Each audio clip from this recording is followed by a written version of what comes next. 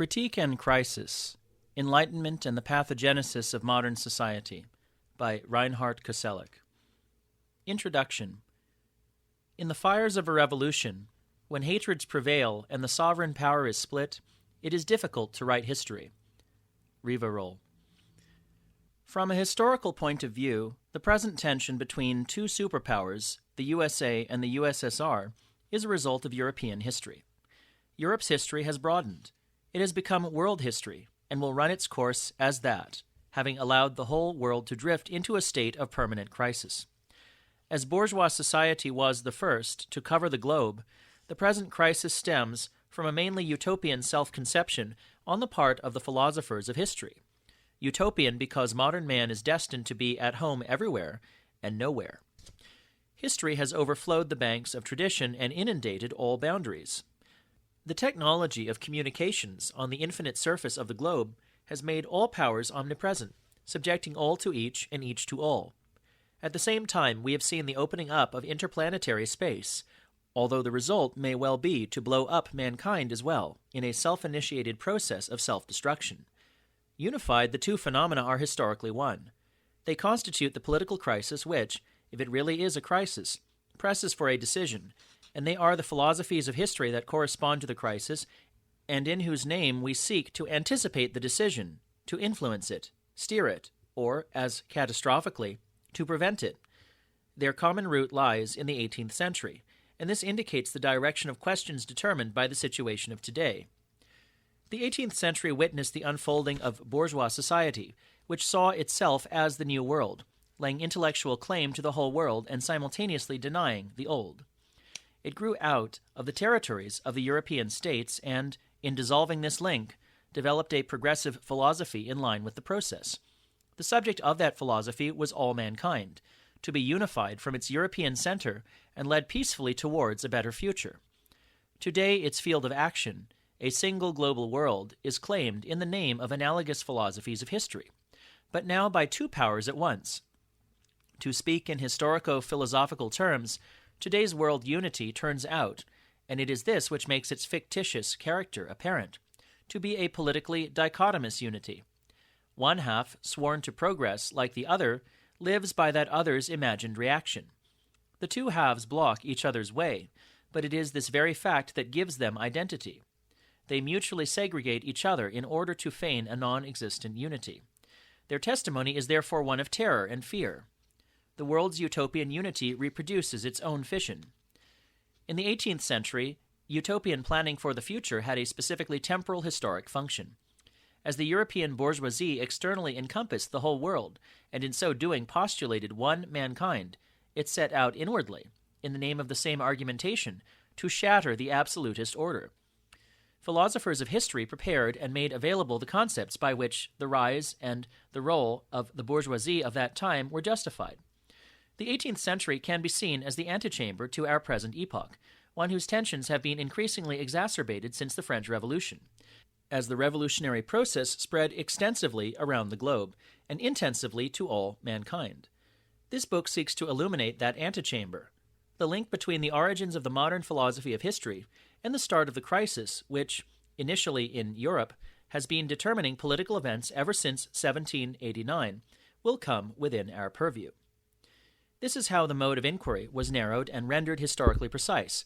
We shall not question the contents of past philosophies of history, nor their utopian goals, nor will their ideological structure be measured, for example, by the economic rise of the bourgeoisie in those times.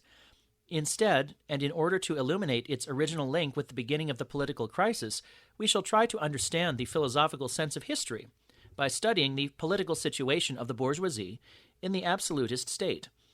The philosophies of history themselves will be left aside, save for exemplary exceptions. Our investigation will focus on the political function which bourgeois thought and endeavor served in the framework of absolutism. To elaborate the political significance of the Enlightenment, we shall have to look at the structure of the absolutist state, for this state was the first victim of the Great Revolution. Its disappearance was what enabled a utopian modernism to unfold. A primary understanding of absolutism requires us to look back farther, to the 17th century, in which the sovereign princely state was perfected.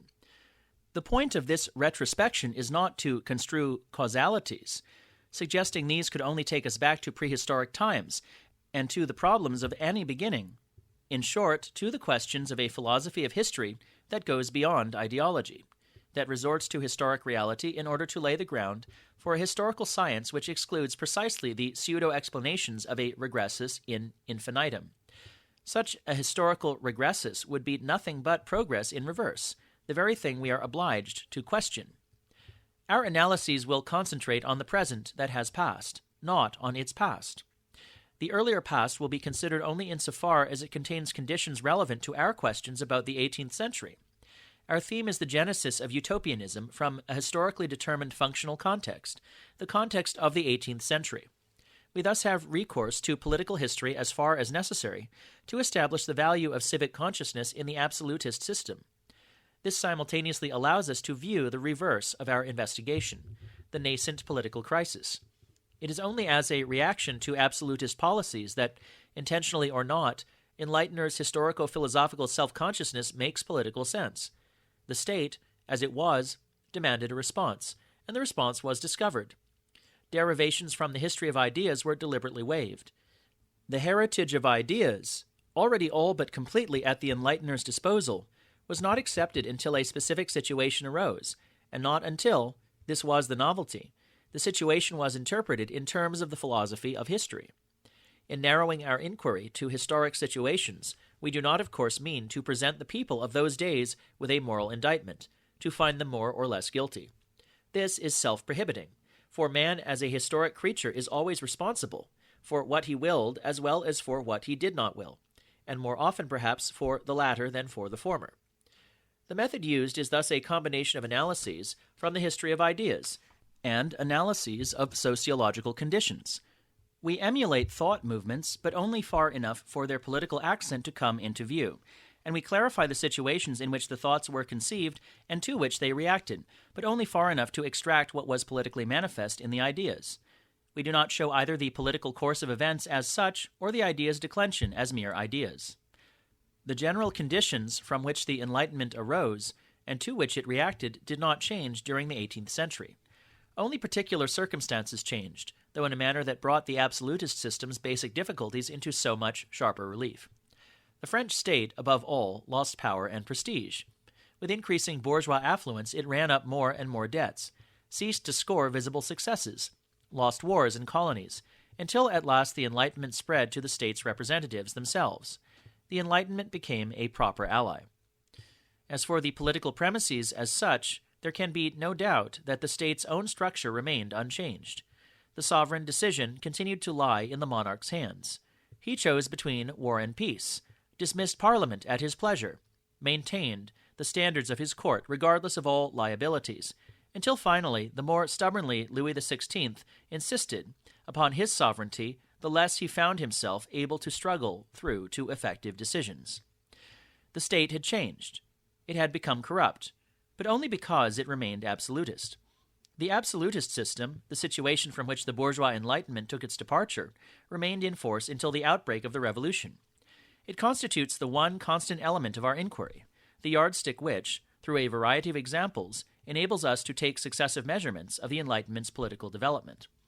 The Enlightenment acquired a gravity of its own, which came at last to be one of its political conditions.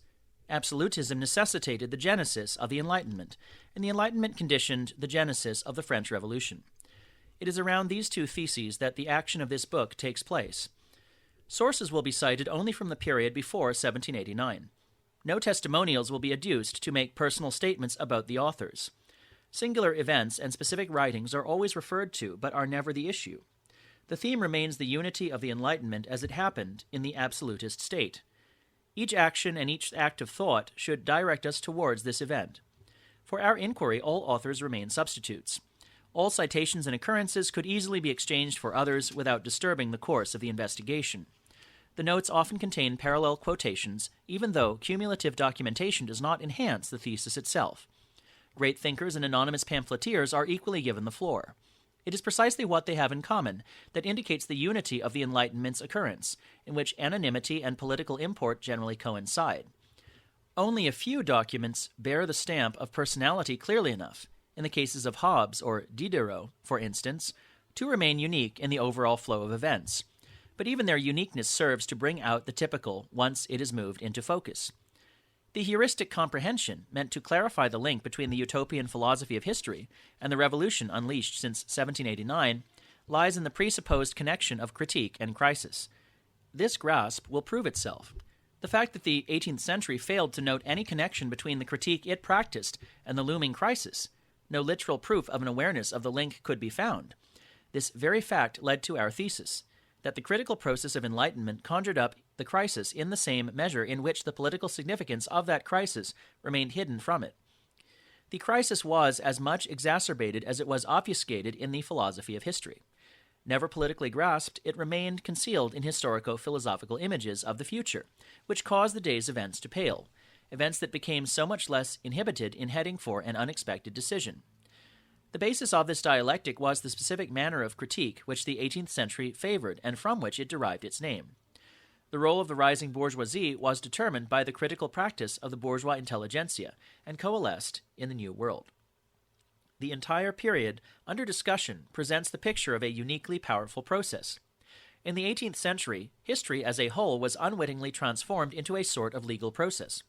This occurrence, which inaugurates the modern age, is identical with the genesis of the philosophy of history. In critique, history turns automatically into a philosophy of history. Ferdinand Christian Bauer.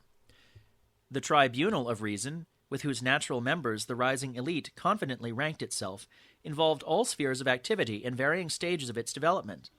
Theology, art, history, the law, the state, and politics, eventually reason itself. Sooner or later, all were called upon to answer for themselves. In these proceedings, the bourgeois spirit functioned simultaneously as prosecutor, as the court of last resort, and, due to be of crucial importance to the philosophy of history, as a party. From the outset, progress always sided with the bourgeois judges. Nothing and nobody could evade the new jurisdiction, and whatever failed in the bourgeois critic's judgment was turned over to moral censors who discriminated against the convicted and thus helped to carry out the sentence. He who does not recognize this is to be viewed with contempt. In the rigorous process of critique, a process of social ferment at the same time, the bourgeois philosophy of history came into being. All regions touched by criticism contributed to furthering the rise of that philosophy.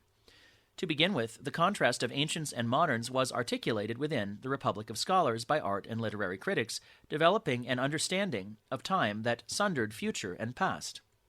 A central target of the critical offensive, the Christian religion in its manifold divisions, prepared the charismatic historical heritage that was subsumed into the future-orientated worldview. In the most varied ways, we know the process of secularization, which transposed eschatology into a history of progress. But likewise, consciously and deliberately, the elements of divine judgment and the last day were applied to history itself, above all in the exacerbated critical situation. The critical ferment altered the nature of political events. Subjective self-righteousness ceased reckoning with given values. Everything that was historically given, indeed history itself, was transformed into a process, the outcome of which, of course, remained open as long as the categories of private judgment could never catch up with events they had helped to bring about. Eventually, to reach them after all, the divine, heretofore impervious plan of salvation was itself transformed. It, too, became enlightened. It was transformed into the morally just and rational planning of the future by the new elite.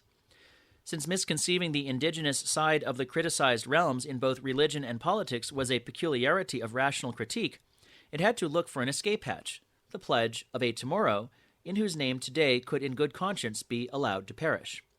To justify itself at all, the critique of the 18th century had to become utopian. Its ultimate object, the absolutist state, helped in its way to establish the utopian view of history upheld by the bourgeoisie. In the political order, which it restored by pacifying the areas devastated by religious wars, the state created the premise for the unfolding of a moral world. However, just as soon as their religious bonds are outgrown, the politically powerless individuals will clash with the state. Even though morally emancipating them, the state will deny them responsibility by restricting them to a private sphere. Inevitably, citizens will come into conflict with a state that subordinates morality to politics, adopts a purely formal understanding of the political realm, and thus reckons without developments peculiar to the emancipation of its subjects. for their goal will be to perfect themselves morally to an extent that will permit them to know, and let every man know for himself, what is good and what is evil. Each one thus becomes a judge who knows, on grounds of his enlightenment, that he is authorized to try whatever heterogeneous definitions contradict his moral autonomy. Once implemented by the state, the separation of morality and politics hence turns against the state itself. It is forced into standing a moral trial for having achieved something, i.e., to have created a space in which it was possible for the individual to survive. In the course of unfolding the Cartesian cogito ergo sum as the self-guarantee of a man who has dropped out of the religious bonds, eschatology recoils into utopianism. Planning history comes to be just as important as mastering nature. The misconception that history is open to planning is furthered by the technicist state because its political value cannot be made comprehensible to its subject. Politically powerless as a subject of his sovereign lord, the citizen conceived himself as moral, felt that the existing rule was overpowering, and condemned it proportionally as immoral since he could no longer perceive what is evident in the horizon of human finiteness. The dichotomy of morality and politics made morality's alienation from political reality inevitable. The expression of this inevitability is that morality skips the political aporia. Unable to integrate politics, moral man stands in a void and must make a virtue of necessity. A stranger to reality, he views the political domain as a heteronymous definition that can only stand in his way. In consequence, this morality makes men think that, insofar as they attain the heights of their destiny, they can completely eliminate the political aporia. That politics is fate, that it is fate not in the sense of blind fatality, this is what the enlighteners fail to understand. Their attempts to allow the philosophy of history to negate historical factuality, to repress the political realm, are utopian in origin and character. The crisis caused by morality's proceeding against history will be a permanent crisis as long as history is alienated in terms of its philosophy. That crisis and the philosophy of history are mutually dependent and entwined, that ultimately one must indeed go so far as to call them identical. This must, when our inquiry has reached its goal, have become visible at several points in the course of the 18th century. Its utopianism arose from an irrelation to politics that was caused by history, but which was then solidified by a philosophy of history. The critical crossfire not only ground up topical politics itself, as a constant task of human existence, dissolved in the same process into utopian constructs of the future. The political edifice of the absolutist state and the unfolding of utopianism reveal one complex occurrence around which the political crisis of our time begins.